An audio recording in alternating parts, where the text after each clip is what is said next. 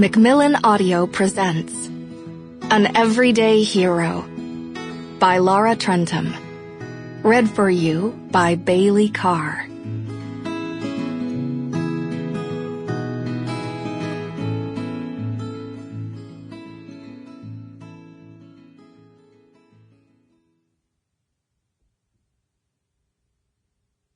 Chapter 1.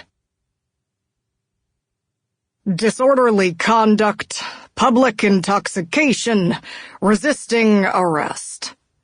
Judge Duckett put down the paper, linked his hands, and stared over his reading glasses from his perch behind the bench with a combination of exasperation and fatherly disapproval. Greer Hadley shifted in her sensible heels and smoothed the skirt of the light pink suit she'd borrowed from her mama for the occasion. "I'll give you the first two, Uncle Bill." The judge cleared his throat and narrowed his eyes. "Excuse me, Judge Duckett, but I did not resist arrest." "That you recall." Deputy Wayne Peeler drawled the words out in the most sarcastic, unprofessional manner possible. She fisted her hands and took a deep breath. The impulse to punch Wayne in the face simmered below the surface like a volcano no longer at rest. But 10 o'clock on a Monday morning during her arraignment was not the smartest time to lose her temper, and she'd promised herself not to add to her string of bad decisions. She sweetened her voice and bared her teeth at Wayne in the facsimile of a smile. "I recall plenty, thank you very much." Truth was, she didn't recall the minute details. But the shock of Wayne's whispered offer on Saturday night to make her troubles go away for a price had done more to sober her up than the couple of hours spent in lockup waiting for her parents.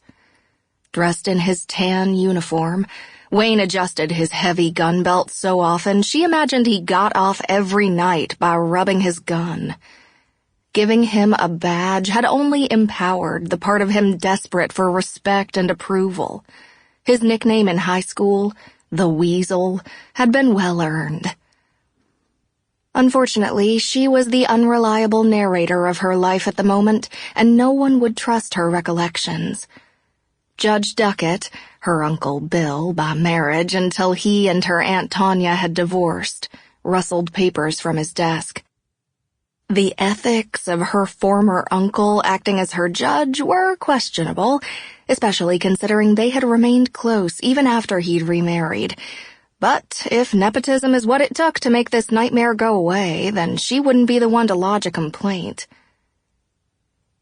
"A witness claimed you were sitting quietly at the end of the bar until a song played on the jukebox. What was the song?" Her uncle glanced at her over his glasses again, which made him look like a stern teacher. "Before He Cheats" by Carrie Underwood.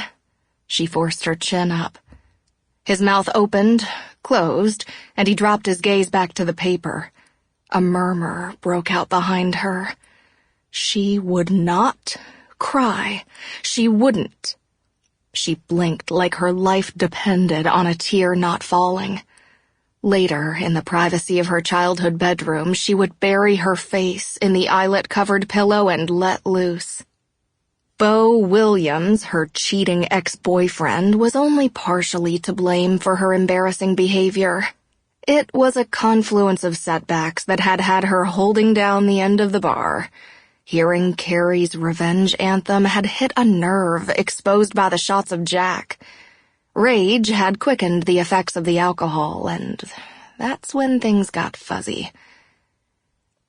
"Yes, well, that is a rather... Let's move on, shall we? The witness also claims after a heartfelt, albeit slurred, speech about the vagaries of relationships and how the moral fiber of the Junior League of Madison was frayed, you fed $5 into the jukebox and played the same song for over an hour. Crazy by Patsy Cline, was it?" She did. Sample complete. Ready to continue?